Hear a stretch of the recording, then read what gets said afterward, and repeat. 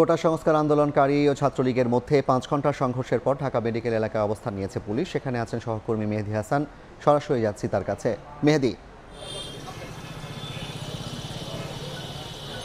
তীব্র সংঘর্ষের পর অর্থাৎ রণক্ষেত্রে পরিণত হয়েছিল ঢাকা বিশ্ববিদ্যালয়ের শহীদুল্লাহ হলের সামনের সড়কটি, সেটি এখন কিছুটা শান্ত এবং এই মুহূর্তে আমরা দেখতে পাচ্ছি পুলিশের যে ব্যাপক সংখ্যক একটি উপস্থিতি আমরা দেখেছিলাম যে আসলে দুই পক্ষের মুখোমুখি সংঘর্ষের মাঝেই কিন্তু পুলিশ এসে অবস্থান নেয় এবং তারা মাঝখানে ছিলেন।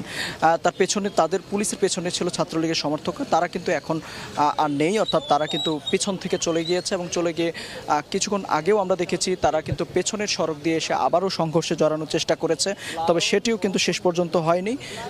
তবে দুই পক্ষের মধ্যে কিন্তু উত্তেজনা এখনো ছিল। এই মুহূর্তে আমরা দেখতে পাচ্ছি যে পুলিশের একটি টিম তারা শহীদুল্লাহ হলের সামনে থেকে কিন্তু তারা পেছনের দিকে এসেছে এবং পেছনের দিকে এসে তারা, আমরা যতদূর দেখছি, তারা আমাদের সাথে কথা বলেছেন, আমাদেরকে যেমনটি জানিয়েছেন যে এই মুহূর্তে তাদের কার্যক্রম অর্থাৎ তারা যে উদ্দেশ্যে আসলে এখানে এসেছিলেন এবং পরিস্থিতি কিছুটা শান্ত হওয়ার ফলে কিন্তু তারা নিরাপদ দূরত্বে সরে যাচ্ছেন। একটু জানিয়ে রাখি যে আমরা দেখতে পাচ্ছি শহীদুল্লাহ হলের যে শিক্ষার্থী যারা রয়েছেন তাদের সাথে কিন্তু প্রতিনিয়ত কথা বলার চেষ্টা করছেন বিশ্ববিদ্যালয় প্রশাসন কর্তৃপক্ষ। তারা বারবার শিক্ষার্থীদের বোঝানোর চেষ্টা করছেন এবং সব মিলিয়ে তারা কিন্তু শিক্ষার্থীদের, এখনও আমরা দেখেছি অনেক শিক্ষার্থী সড়কে অবস্থান করছেন এবং শহীদুল্লাহ হলের সামনে তারা সড়কে দাঁড়িয়েছিলেন।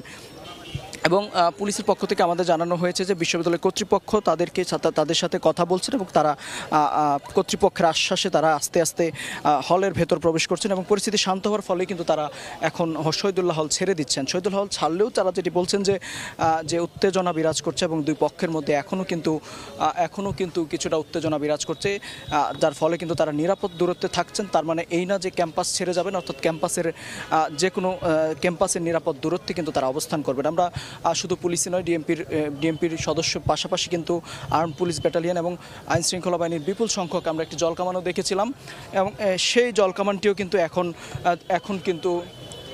এই জলকামানটিও কিন্তু এখন শহীদুল্লাহ হলের সামনে, অর্থাৎ তাদের এই সড়কেই ছিল, সেই সড়ক থেকে এখন ধীরে ধীরে কিন্তু পুলিশ নিয়ে গেছে।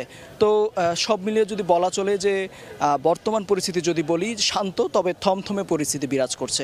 তো এই ছিল শহীদুল্লাহ হল থেকে আমার কাছ থেকে থাকা সবশেষ তথ্য। সরাসরি যুক্ত ছিলেন ঢাকা বিশ্ববিদ্যালয় শহীদুল্লাহ হলের সামনে থেকে।